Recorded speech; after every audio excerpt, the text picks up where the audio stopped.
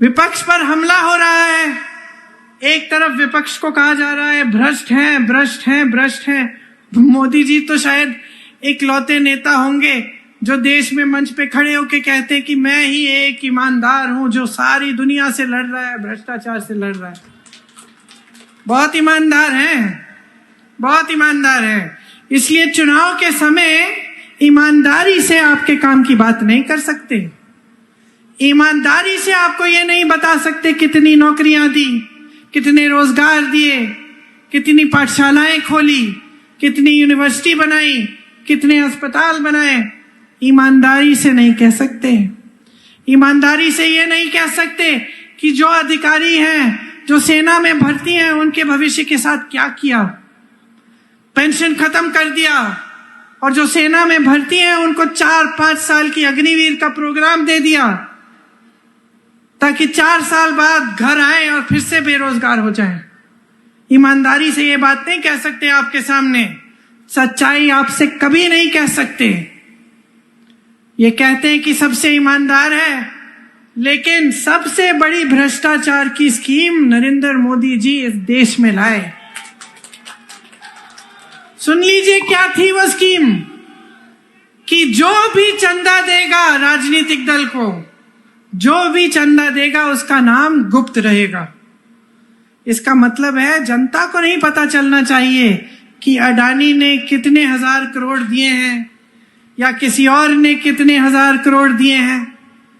जब supreme court में case लगा और न्यायाधीशों ने ये कहा कि ये पारदर्शी होना चाहिए, तब अचानक मोदी जी, अमित शाह जी सब इंटरव्यू देने लग गए कि भाई हमने बड़ी पारदर्शी स्कीम बनाई, देख लो पहली बार पूरे देश में लिस्ट निकल आई है। अरे आपने थोड़ी निकाली लिस्ट, ये तो कोर्ट के ऑर्डर पे आपसे निकलवाई गई है लिस्ट। आपने तो इसको गुप्त रखा था। और सुनिए क्या गुप्त रखा था। गुप्त ये रखा था कि हजारों करोड़ रुपए इन्होंने अपने बड़े बड़े खरबपति दोस्तों से लिए तो हैं, लेकिन ऐसी कंपनियों से लिया है जिन पे पहले इन्होंने छापा मारा, चंदा लिया, छापे बंद, केस डाले, चंदा लिया, केस बंद। या फिर ठंडे बस्ते में वो गुजरात में पुल गिरा, सैकड़ों लोग उसमें गिर के बह गए पानी में, याद है आपको?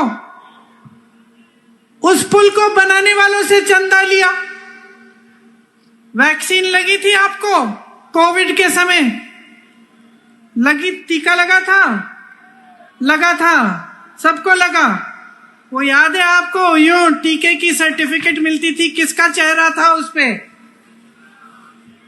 और जोर से बोलो, था ना मोदी जी का चेहरा।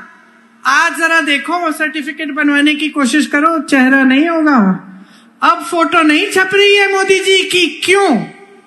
क्योंकि उस टीके को बनाने वाली कंपनी से इन्होंने चंदा लिया। और आज बाहर क्या आया है? बड़ी मेडिकल रिपोर्ट बाहर आई है कि काफी लोग उस टीके को, जब वो टीका लगा तो उसमें से 1-2% लोग ऐसे हैं जो गिर के मर गए।